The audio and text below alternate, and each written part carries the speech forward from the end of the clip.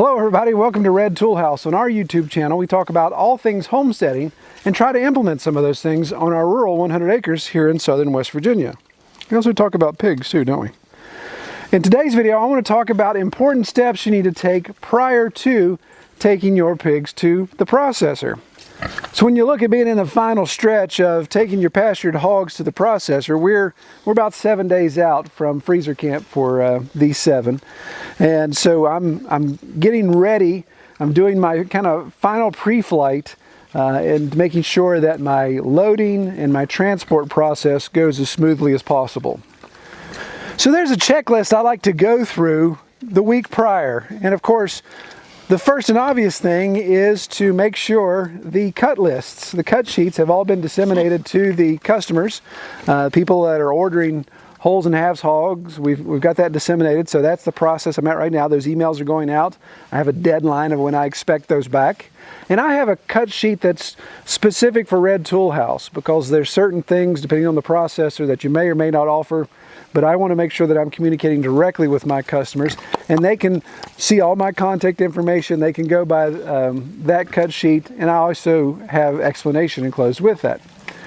The other thing I've done, of course, as you can see where I'm standing here, that's why everyone's got the long face, is I've removed unlimited access to feed. I'm standing in the spot where the 2-ton, chewing my knees, fool.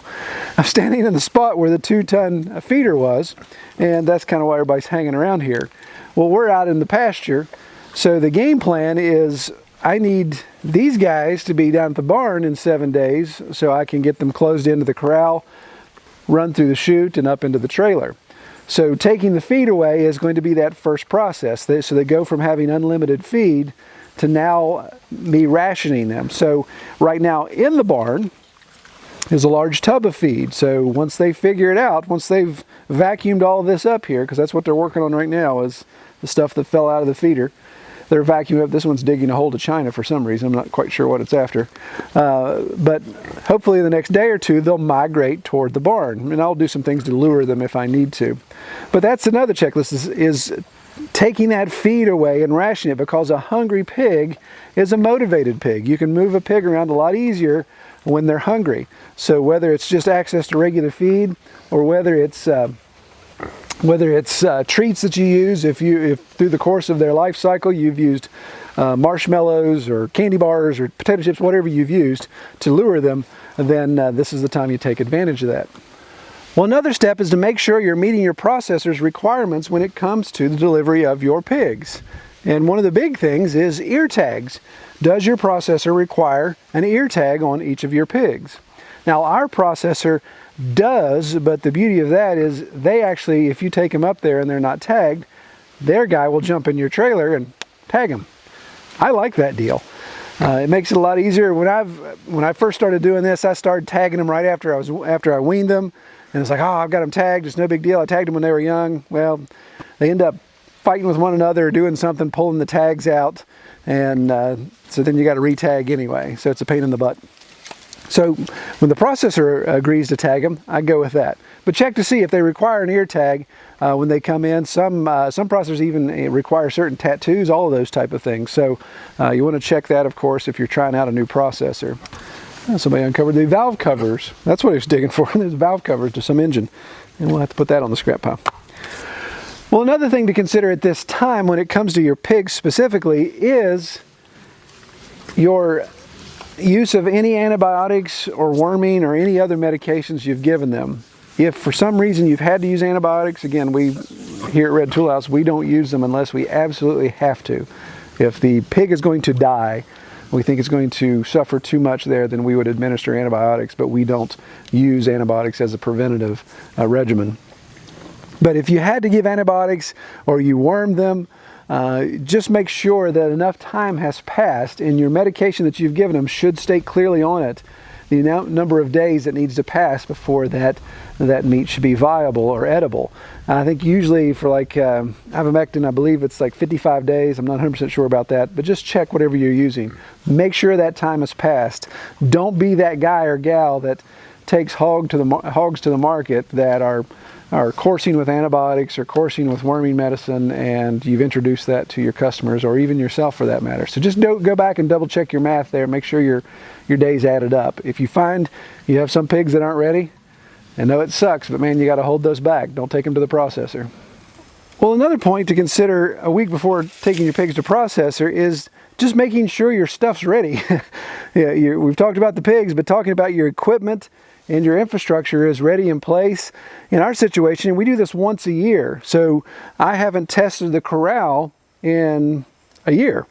So it's one of those deals where I like to come through and just check my boards. You know, some of this stuff has gotten a little rotten. Maybe if it's rotten and I can stick my leg through it, then I guarantee a pig's going to go busting through it. So maybe time to replace some boards, shore some things up. Or if you're like us, where you go around and you keep finding trash, like, well, here's the T-post that melted that one hot August day. So I need to get that out of the way. You can see, obviously, we've found yet another tire on our property. Thought this was kind of interesting. Here's a nice pry bar. It's got a layer of rust on it, but actually still viable to some degree. And you know, things are growing up. Got a little bit of fencing here we need to take out. Just need to clean it up, basically, and just make sure it's going to work okay. Need to get some barrels out of the way. Make sure I've still got a clean access to bring the trailer in and back up to the spot where we load. One last key point when it comes to your actual transport equipment, whether you're using a trailer or a truck or somebody else's trailer, and it may sound obvious, but be surprised how many people forget all about these things until the last minute. Make sure your trailer is in good condition. Check the tires. Do they have enough air pressure? Are they dry rot? If you're in a situation where you only use your livestock trailer once or twice a year, then a lot could have happened there. Your trailer lights, you know, that's always the thing that goes wrong with trailer lights. When your trailer sits for a while, the plugs get corroded, so you want to double check all that. You don't want to get nailed by the man with a trailer load of hogs simply because your brake lights weren't working. So do some of that inspection. Now, obviously I'm not standing in front of a livestock trailer when I say this because I don't own a livestock trailer. My neighbor graciously allows me to use his, so I'll go 2 days prior to our hauling day and I'll get the trailer from Chuck and I'll bring it back, put it in position here, and of course do that. I trust Chuck. He keeps everything up and running really well. Right. It's just best practices to obviously check those things myself. Make sure my trailer adapter is working with the lights, all those type of things. So you really want to go over that and make sure you got your license, your insurance, all that kind of stuff. Because again, you don't want to get pulled over with a whole bunch of livestock and be dealing with the issues that come along with a traffic stop when you got your livestock ready to transport. Well, we'll also do some video of when we go to load the hogs, a little time lapse maybe. Maybe we'll get something funny there because I always lose my mind on hog loading day, and we'll make sure we video that. But if you've got a fall process scheduled, good luck. I hope things work out for you. I hope you get all your hogs sold and have safe transport. If you like this video, give it a thumbs up. Be sure to subscribe if you haven't. Check us out on our website, redtoolhouse.com. Take care, everybody.